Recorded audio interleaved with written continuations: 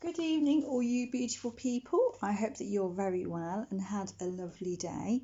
Um, right, what I want to cover this evening is what are the most common mistakes that people make when dealing with narcissists. Now, I did a bit of research on Google and I found this information out on Google, and it's what somebody wrote, and I just wanted to share it with you because it hit home with myself, what I've been through, and you may be able to relate to it as well. Um, I think it's so easy to just ignore the red flags.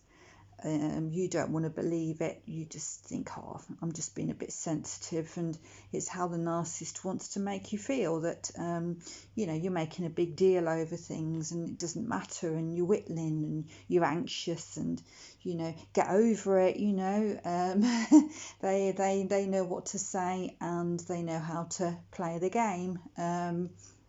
But anyway, what are the most common mistakes that people make when dealing with narcissists?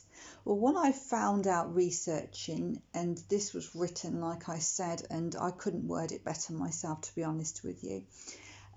This particular person put, before I wised up, common mistakes I made when dealing with that narcissist were ignoring my intuition. Looking back, there were always statements or behaviours that I found weird, that I overlooked, because the love bomb felt so good and I was thirsty for love. Now, how many of us have actually been there? I know I am, for one. I enjoyed what I thought being loved. I felt warm, I felt contented. I thought, this is just too good to be true. This is everything I've ever wanted.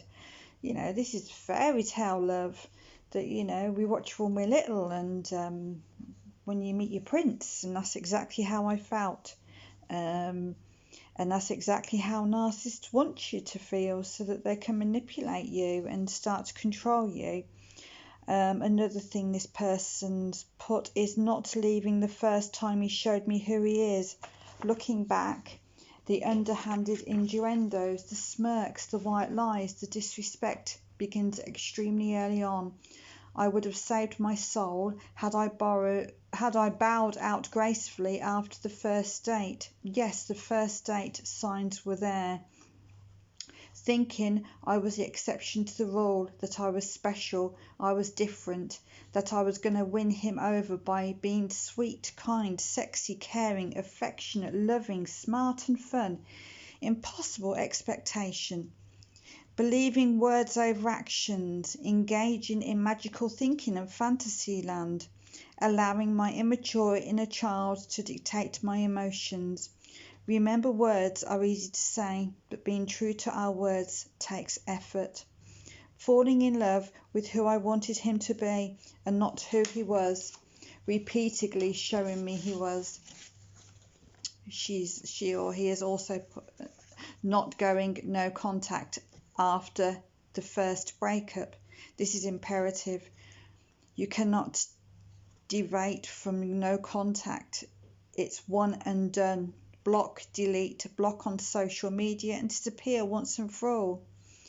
Do not ever go back. They come back for revenge and to finish you off. They need to win. And they win by getting the last lick. It's never resets to how it was in the beginning, never. I know from my own personal experience that I accepted my ex back several times. Family and friends would say to me, what are you doing? Can you not see? They got frustrated with me, but I was like, no, it's changed. Things are going to be different and things are going to be okay. And I should have listened and I didn't. I don't know how many of you can relate to me. But I just hoped, I suppose, I was living in hope that it was going to be the real love that I was always looking for. This lady's also put trying to beat him at his own game, trying to be badder and bigger than him. This backfired because I had real genuine feelings for him and had to put a lot of effort and thought into playing the game. It hurt me to play the game. Playing a game comes natural to them and they have no genuine feelings or care, so it's just about power and ego fuel. They don't give a stuff and you will lose. Trying to figure out why he did what he did. There's no excuse to ever mistreat another human being. Point blank, period. Absolutely, 100% I agree with that. Not loving, respecting, trusting or believing in myself enough to know that I didn't cause him to treat me this way, thinking I was defective. I think what happens is we start to lose our self-esteem, and I know I did. I got to the point when I didn't know myself anymore.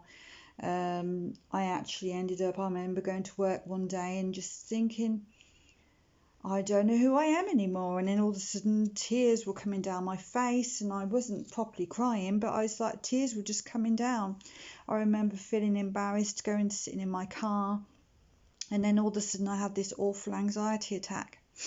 And I remember giving my surgery a ring. I remember going to the surgery that day, and to be honest with you, I was then signed off work for 3 months in total. I did start to see a mental health doctor to talk about it all, and I didn't realise just how much trauma I'd been through.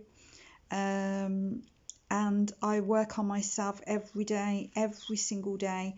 I'm reading up about narcissism, how to cope, how to get over the trauma that it's caused me, and this is why I want to share my knowledge with you. And I hope that I'm sorry if you've been through the same, and I hope that you can take something away from what I do discuss and tell you in my videos.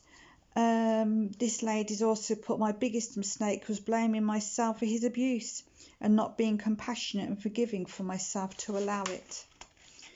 Then she's ended this with, be gentle with yourself and learn from my mistakes. I think, in my case, as maybe your case, we learn from somebody else's mistake. We seem to have to learn from our own because we just think that our situation's different, that no, he's different or she's different. No, they're going to be different. I know XYZ had this happen, but that doesn't mean to say it's going to happen to me. And you convince yourself that everything's going to be okay. You're kidding yourself. You do actually get to a point when you don't want to tell your family and friends what's going on because it's actually embarrassing.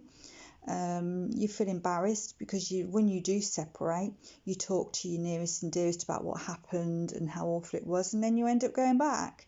I can understand the frustration my family and friends were feeling, and I'm sorry that I put them through that. Very sorry that I put them through that, and it upset them to see me not have any respect for myself in the end, because that's what it boils down to, losing respect for yourself. And I think what we have to do is wake up and say, do you know what? Enough is enough. Enough is enough. I'm not doing this anymore. We have to look at ourselves and think, if our daughters or our sons or our mother or father or one of our loved ones came to us and told us our story, what would we advise them to do? And then we take our own advice. And I know what I would have said if this was my daughter or my son or a loved one. I would have said, get the hell out of there. Get the hell out of there. And, don't jump straight into another relationship. Do not rebound. Take time out. Learn about yourself. Work on yourself. Build your self-esteem back up.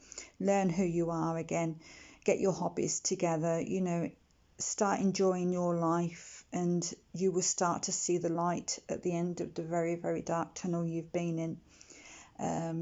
And I don't know whether you can relate to what I'm saying, but I hope that you've found this video useful, and everything I say with love, and I'll speak soon.